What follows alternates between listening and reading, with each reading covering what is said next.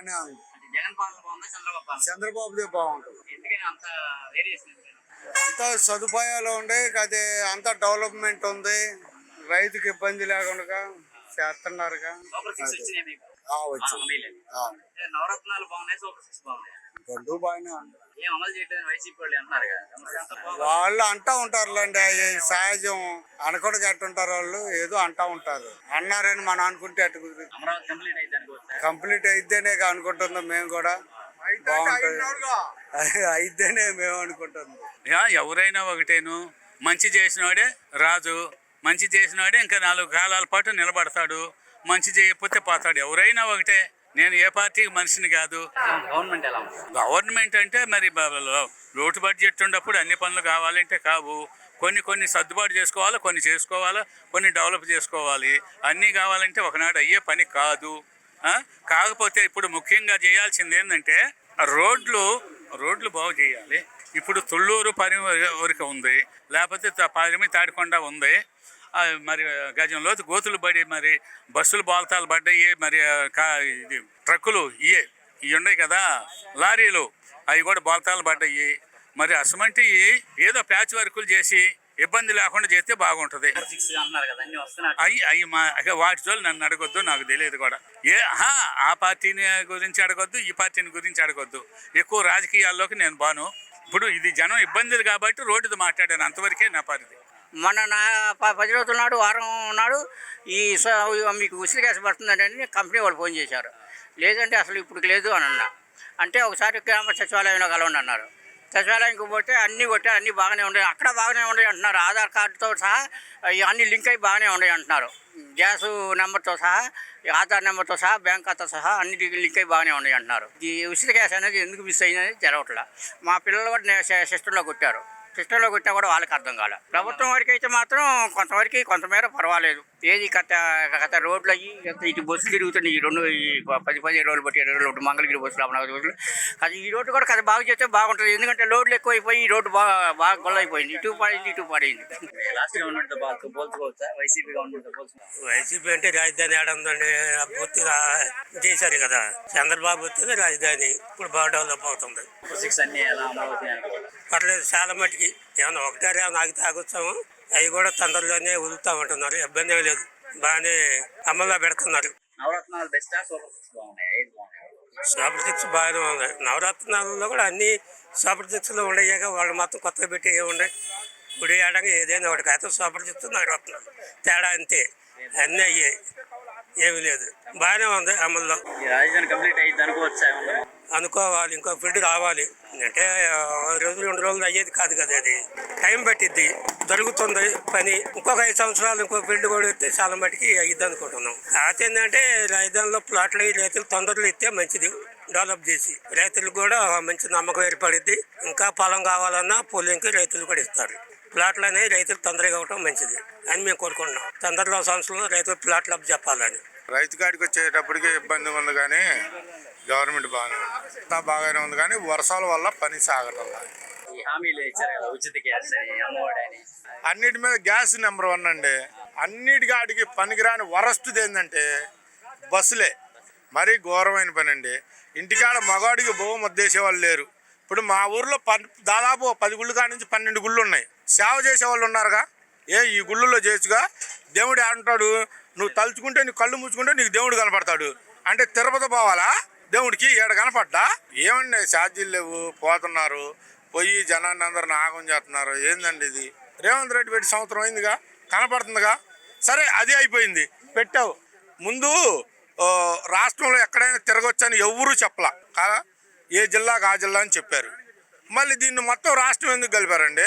ఏ జిల్లాకు ఆ జిల్లా. మాదాడకు దాటితే మళ్ళీ ఏరే టికెట్ కొడుచుకోవాలి వాళ్ళు. ఇంత ఇచ్చలవిడిగా బారుగా అలా ఏ జిల్లాకు ఆ జిల్లా అని చెప్పారుగా. మరి ఇప్పుడు రాష్ట్రం మొత్తం ఎందుకనంటే ఏంటంటే ఇళ్ళకాడ మగాళ్ళకి బచ్చలో కూడేసేవాళ్ళు లేరు. వాళ్ళేమో ఈ రోడ్లు అమ్మడి తింటాం.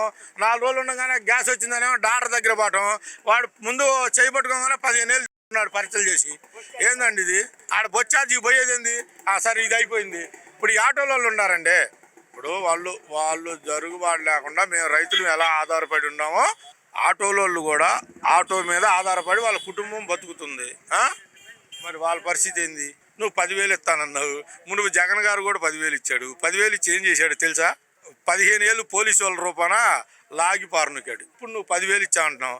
ఈ ఆటోల వాళ్ళని అడిగితే 100 ఆటోలు ఉంటే 20 ఆటోలకేనన్నా మాకు 10,000 పడిందని అంటున్నారు. ఇప్పుడు అట్ట కాదండి, బంగారు బాతుంది. రోజు గుడ్డు తింటే ఎట్టుంటది, ఒకరోజు కోసుకుంటే ఎలా ఉంటుంది. ఆటో వాడికి రోజు మా కాడికి పాడి బెర్రలాంటి పంట పాడేవాడు. మనం ఒక 10,000 ఇస్తే అంతసేపు ఉంటాయి. తాగుపోతాడైతే ఆ 10,000 అయిపోయిన దాకా 2 పూటలు కూర్చొని తాగుతాడు.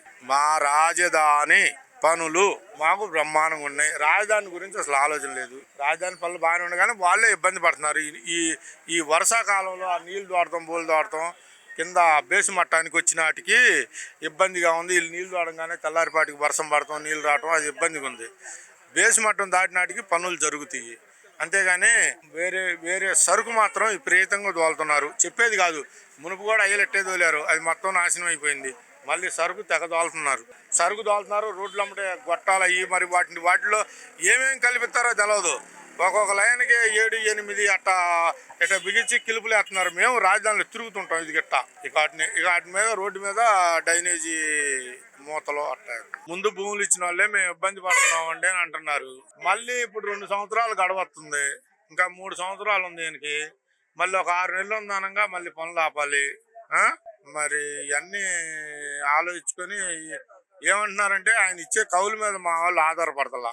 మాకు ప్లాట్ ఇస్తే చాలని సంతోషంలో ఉన్నారు. ఈయన ప్లాట్ లేకుండా వెళ్ళాడు అనుకో, ఆయన దగ్గర పోయాం అనుకో, సిఆర్డీ వాళ్ళు అంతే మాట్లాడతారండి. ఏదో ఉండోళ్ళకి 4 పని చేస్తున్నారు.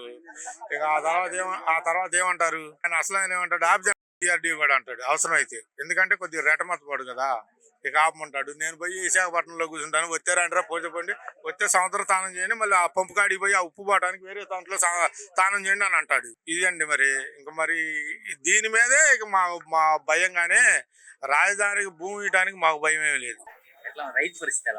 రైతు పరిస్థితి చెప్పేది కాదు. ఏడు ₹1 బిళ్ళ కూడా రాదు రైతుకి. అసలు ₹1 బిళ్ళ కూడా రాదు రైతుకి.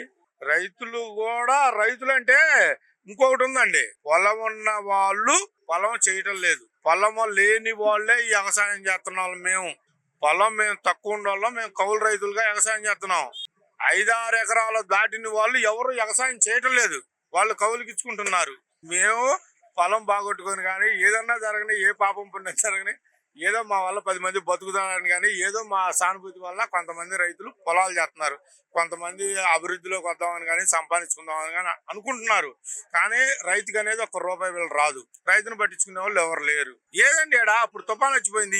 ఎవరైనా ఒక్క నాయకుడు, ఇప్పుడు మీ మీడియా వాళ్ళు మీరు ఉన్నారు కదా, ఆయన ఎవరైనా రాఘవరెడ్డి చెప్పింది, మేము రాలేదండి నేను అనుమనండి, ఒకళ్ళని అనుమనండి, తప్పే ఉంది. మేము వచ్చాము. ఈ డబ్బులు ఇవ్వడం కాదండి, రైతు నష్టం. ఒక రకంగా వాస్తవంగా చెప్పాలంటే రైతుకు నష్టం కడతాం అనేది అసలు జరగదండి. ఎవరికన్నా పింఛన్లు ఇవ్వటం, ఏదన్నా ఇబ్బందులు ఉండాలి, వాళ్ళు 2 ఏళ్ళు వాళ్ళకి ఏదన్నా అట్టా జరిగింది. కానీ రైతుకు నష్టం అసలు ఎవరు భరించలేదండి. అందరు పాప పుణ్యాలు రైతే భరించాలి. ఇప్పుడు సైనికుడు ఉన్నాడండి అక్కడ, ఆడు సత్తాడని తెలుసు, వాడు కాలిస్తే ఆయన వదిలిపెట్టి వస్తున్నాడా? ఉద్యోగం మానుకుంటున్నాడా? మానుకోడు. సావడానికి ఆయన సిద్ధమే. దేశాన్ని కాపాడాలని చూస్తాడు. రైతు ఏమనుకుంటాడు? ఎంత నష్టం వచ్చినా సరే నేను పండియాలి, 10 మంది జనాలని చూస్తాడు. దానికి రాజకీయ నాయకులు ఏం చేస్తున్నారండి? మాకు ఏమి చేయట్లా. ఊరిగా జులాయితనంగా తిరిగే వాళ్ళకి డబ్బులు ఇచ్చి, వాళ్ళని మా డబ్బులు ఇచ్చినా మా పనికి రాకుండా చేస్తున్నారండి వీళ్ళు. ఇప్పుడు నీకు ఆకలి అయితేనే కదండి నాకు వచ్చేది, లేదా నీకు ఆకలి అయితేనే 4 ఎకరాలు వేసి పండించేది. నీవు పొలం పండియట్లేదు. నీకు ఆకలి అయితేనే నా దగ్గరకు వచ్చేది. నేను 500 ఇచ్చి నీ చేత పని చేయించుకుంటా. నీకు గవర్నమెంట్ 2000 ఇస్తుందండి, నువ్వు నాకెందుకు వస్తావు? అట్టా పనికి రాకుండా చేస్తున్నారండి. గవర్నమెంట్ లో కూడా వీళ్ళు సలహాలు సూచనలు ఎలా ఇస్తున్నారో అంటే, మేము అంత డాలు ఏం కాదు. మేము చదువు సందే లేకుండా 5 ఏళ్ళు పెట్టి పొలంలో కొట్టుకొని ఎద్దులు గొడ్డని కొట్టుకున్నా, ఆ ఎద్దులు గొడ్డు పోని, ఈ పొలాలు పోని, పిల్లలు ఉద్యోగాలకు పోయారు. మాకు కూడా ఎందుకయ్యా ఈ కర్మ అని అంటున్నారు. ఏదో చిన్నప్పుడు ఆమె చేసాంగా, మన ఎన్నికిడితో 10 మంది ఉంటారు, 10 మంది బతుకుతారు అని చెప్పి మేము ఆ ఆలోచనలో ఉన్నాం.